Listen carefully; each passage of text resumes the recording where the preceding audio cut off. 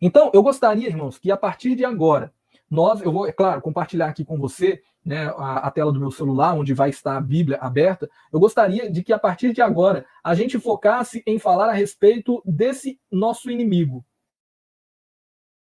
De falar nessa aula de hoje a respeito desse nosso inimigo.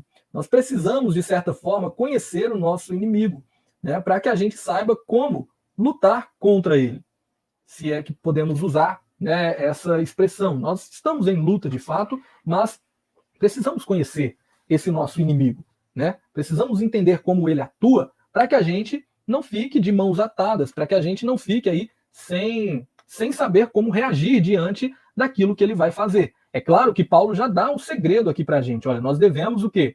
Fortalecer na força do poder de Deus e, é claro, também vestir, né? Vestir toda a armadura de Deus, para que a gente possa ficar firme contra essas ciladas. Então, nós vamos entender aqui um pouco a respeito do diabo, desde o Antigo até o Novo Testamento. Vamos falar a respeito dele. Nessa aula, praticamente, a gente vai falar mais a respeito do diabo.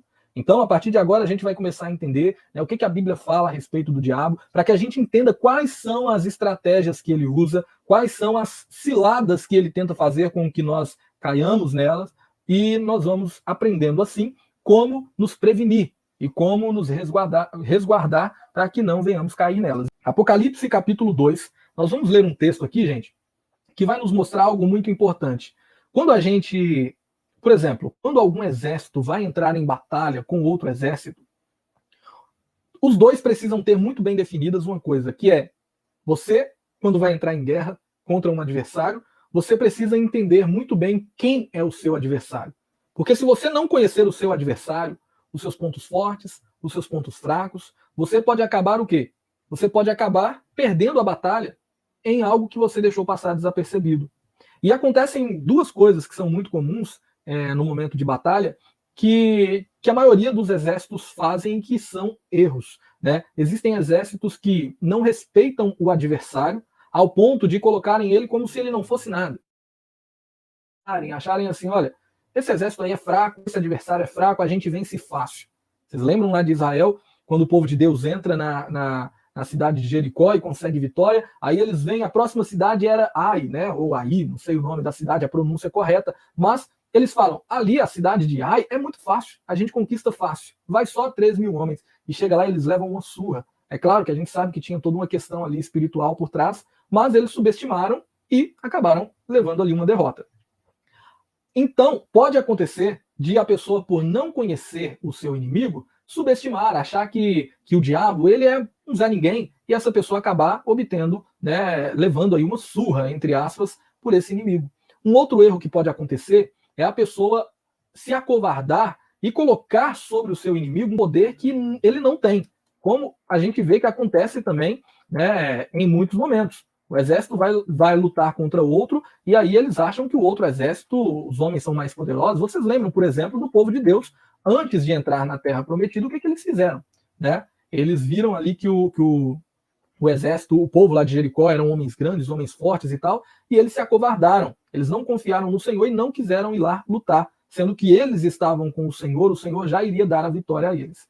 Então, quando você não conhece bem o seu inimigo, você pode cair em um desses dois erros. Você pode superestimá-lo e achar que ele é maior do que ele é, ou você pode subestimá-lo e achar que ele é menor do que ele é, sabe? E a gente não pode cair em nenhum desses dois erros. A gente precisa olhar para o nosso inimigo sabendo que ele, o que de fato ele é, qual é o seu poder, qual é a força que ele tem e como nós devemos nos preparar para obter êxito, né, nessa batalha, nessa luta que nós vamos ter com ele.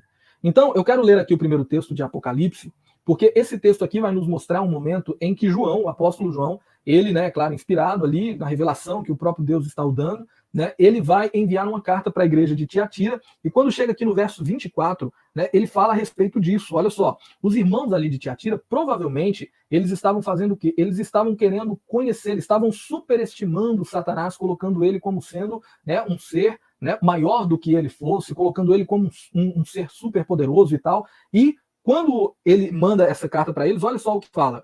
Aos demais que estão em Tiatira, estou lendo o verso 24, viu, pessoal? Aos demais que estão em Tiatira, a vocês que não seguem a doutrina dela e não aprenderam, como eles dizem, os profundos segredos de Satanás, digo, não porei outra carga sobre vocês. Olha o que João está falando, olha, aos demais que estão em Tiatira, a vocês que não seguem a doutrina dela, ou seja, isso aí que é errado, e não aprenderam, como eles dizem, não aprenderam aquilo que eles ficam dizendo, os profundos segredos de Satanás, ou seja, eles estavam ali se embrenhando naquele misticismo, querendo conhecer aquelas coisas místicas, aquelas coisas a respeito de Satanás, e João está descartando isso, falando, olha, não tem isso, não tem essa de querer ficar aprendendo essas profundezas das coisas de Satanás, por quê?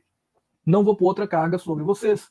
Então, o apóstolo João, ele está aqui mostrando que aquelas pessoas ali de Tiatira estavam colocando como se fosse assim, Satanás tem profundezas de segredos que nós precisamos conhecer e aprender. E não, nós precisamos entender o seguinte, a Bíblia fala-nos sobre Satanás. O problema é que tem muita gente indo buscar mais informações a respeito de Satanás fora da Bíblia. São pessoas que querem o quê? Elas querem ir assistir o vídeo do ex-bruxo que fazia vários sacrifícios e tal, para entender como que o Satanás trabalha, porque o bruxo conhece tudo sobre o Satanás e vai trazer tudo como que o Satanás fazia. Aí o outro vai pensar o seguinte, não, mas tem um livro, é o livro do ocultismo, isso e aquilo outro, e eu vou ler esse livro para aprofundar e saber quais são as facetas, quais são as nuances que Satanás vai usar para poder me atacar e eu vou me prevenir a respeito delas. E tem outro que vai querer, não, mas eu vou conhecer aquele porque aquele outro, ele é de um alto grau lá de tal seita, onde eles se aprofundavam e eles entregavam, eles tinham contato com Satanás. Ou seja, querem compreender e saber o nome dos demônios, é o Exu Caveira, é o Zé Pilintra, é a Pomba Gira, é o Tranca-Rua, é o Preto Velho, e vai citando aquele monte de nome, quer aprofundar, o Preto Velho age só nessa área, o Tranca-Rua faz isso aqui, a Pomba Gira trabalha nesse lado. E querem aprofundar e fogem do que a Bíblia fala. Saem fora daquilo que a Bíblia fala. E aí mora um perigo, porque você superestima o seu adversário e coloca ele com o poder como se Satanás ele fosse onisciente, como se o mesmo, né, o Zé Pilintra que está agindo aqui na vida desse fulano está agindo lá na vida do outro também, lá do outro lado. Então esse Satanás ele é muito poderoso, ele é onisciente, ele é onipresente, ele é onipotente, ele está em todo lugar. E não. Nós devemos compreender a respeito desses seres pelo que a Bíblia fala a respeito dele, a respeito deles. Beleza? Então, essa é a primeira coisa que a gente precisa ter muita atenção. Não podemos superestimar, como eles aqui estavam superestimando, sobre os profundos segredos de Satanás. Não.